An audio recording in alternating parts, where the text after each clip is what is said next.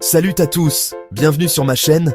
Aujourd'hui, je vous emmène à la découverte d'une Tunisie méconnue, celle qui se cache derrière les brochures touristiques. On pense souvent connaître un pays parce qu'on a vu ses monuments célèbres, mais la vraie richesse est souvent ailleurs, dans les détails, les rencontres, les lieux qui gardent encore leur âme intacte.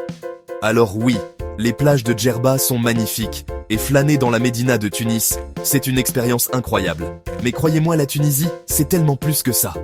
Il existe des lieux, des traditions ancestrales et des paysages à couper le souffle encore largement méconnus. C'est cette Tunisie-là que j'ai envie de partager avec vous aujourd'hui. J'ai déniché pour vous 5 trésors, 5 facettes de ce pays magnifique qui méritent vraiment toute votre attention. Accrochez-vous bien à vos babouches, parce qu'on part explorer ensemble une Tunisie secrète et pleine de surprises. Allez, c'est parti. Voici 5 richesses cachées de la Tunisie qui méritent toute votre attention. Notre première pépite, c'est Gare El Mel. Imaginez un peu, on est au nord de Bizerte, pas si loin de la capitale, et pourtant, on a l'impression d'avoir fait un bond dans le temps. C'est une ancienne base navale ottomane, un port stratégique à l'époque. Très peu de touristes s'aventurent jusque-là, et c'est tant mieux, car ça préserve son charme. Les maisons blanches aux volets bleus scintillent sous le soleil, les barques colorées, des pêcheurs se balancent doucement sur l'eau. J'ai passé des heures à observer les gens, les pêcheurs réparant leurs filets, les enfants jouant sur les quais. Chaque ruelle, chaque façade semble murmurer des récits de corsaires, de batailles navales, d'échanges commerciaux. Si vous cherchez un endroit pour vous imprégner de l'histoire tunisienne, loin des foules, pour ressentir l'âme d'un port qui a traversé les âges, alors Gare El Mel, c'est une évidence. Prenez le temps de vous y perdre, de discuter avec les habitants, vous ne serez pas déçus. Allez, on quitte la côte et on s'enfonce dans les terres, direction le centre de la Tunisie, dans la région de Siliana. Si vous avez une envie irrépressible de nature sauvage, de grands espaces et de déconnexion totale, alors le parc national de Jebel Serge, c'est votre prochaine destination. Jebel Serge, c'est un concentré de montagnes majestueuses et de forêts verdoyantes. Ce parc montagneux est un véritable trésor pour les amoureux de la randonnée et de la nature. Les paysages sont spectaculaires, vraiment. J'ai eu l'occasion d'explorer quelques-unes des grottes avec un guide local, et c'est une expérience unique. La faune et la flore sont particulièrement riches et préservées. J'ai pu observer des oiseaux rapaces planer au-dessus des sommets, des plantes endémiques que je n'avais jamais vues ailleurs.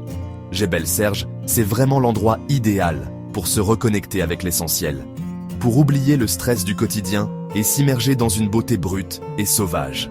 Préparez vos chaussures de marche, votre gourde, et laissez-vous surprendre par la puissance de la nature. Alors là, attention, on va parler d'un truc qui m'a littéralement bluffé. Tout le monde connaît Douga, Sbeitla, ces sites romains grandioses. Mais est-ce que vous avez déjà entendu parler de Haïdra? Située tout à l'ouest du pays, cette ancienne cité romaine, Amaedara de son nom antique, est une pure merveille. Imaginez des kilomètres carrés de vestiges, des arcs de triomphe, des temples, des thermes, un théâtre, des basiliques byzantines, une forteresse. Le tout dans un état de préservation souvent remarquable. Mais le truc le plus fou avec Haïdra, c'est qu'il n'y a quasiment personne. C'est une immersion totale, sans la distraction des groupes de touristes. Si vous êtes passionné d'histoire, d'archéologie, ou si vous cherchez simplement une expérience hors du commun, Haïdra est un incontournable. On change complètement d'ambiance et de région maintenant. Direction le sud tunisien, dans ses paysages désertiques et montagneux. On va s'intéresser à un art ancestral, une tradition qui se transmet de mère en fille depuis des générations. Le tissage berbère, notamment dans les villages de Chénini et d'Ouiré. Quand on arrive dans ces villages perchés, on est saisi par la beauté brute des lieux, mais aussi par la richesse culturelle qui s'y cache. Là-bas, les femmes berbères perpétuent un savoir-faire exceptionnel. J'ai eu la chance incroyable d'être accueilli chez l'une d'elles, de la voir travailler sur son métier à tisser traditionnel. Chaque tapis, chaque kilim, chaque mergoum raconte une histoire. Acheter un de ces tapis, ce n'est pas juste ramener un souvenir de vacances, c'est acquérir un fragment de l'identité culturelle berbère. En soutenant leur artisanat, on contribue à maintenir vivante une tradition millénaire. Pour notre dernière découverte, je vous emmène au large, sur une île qui a des allures de forteresse naturelle, un véritable sanctuaire écologique, l'île de Zembra. Pendant des années, cette île a été une réserve naturelle strictement fermée au public. Imaginez une île aux falaises abruptes qui plonge dans une mer d'un bleu intense, un relief accidenté, une végétation dense et sauvage. Ce qui rend Zembra si spécial, c'est son écosystème unique et incroyablement bien conservé. L'île est un refuge pour des espèces rares, notamment des oiseaux marins. Aujourd'hui, la bonne nouvelle, c'est que l'île commence à s'ouvrir, mais de manière très contrôlée et encadrée. Quelques excursions sont possibles, généralement à la journée, avec des guides agréés. Si vous avez l'opportunité de faire une excursion à Zembra, n'hésitez pas une seconde. C'est une claque visuelle et une leçon d'humilité face à la force de la nature. Et voilà, notre petit périple à travers la Tunisie secrète s'achève pour aujourd'hui. J'espère que ces 5 découvertes vous ont plu, qu'elles vous ont donné envie d'aller voir un peu plus loin que les images habituelles. Comme vous avez pu le constater, la Tunisie ne se résume vraiment pas à Carthage ou à Hammamet.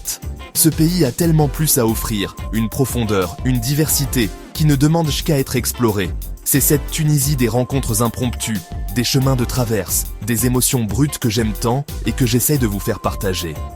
Alors, si cette exploration vous a plu, abonne-toi à la chaîne, lâche un petit pouce bleu et dis-moi en commentaire ce que toi, tu considères comme une richesse cachée de la Tunisie.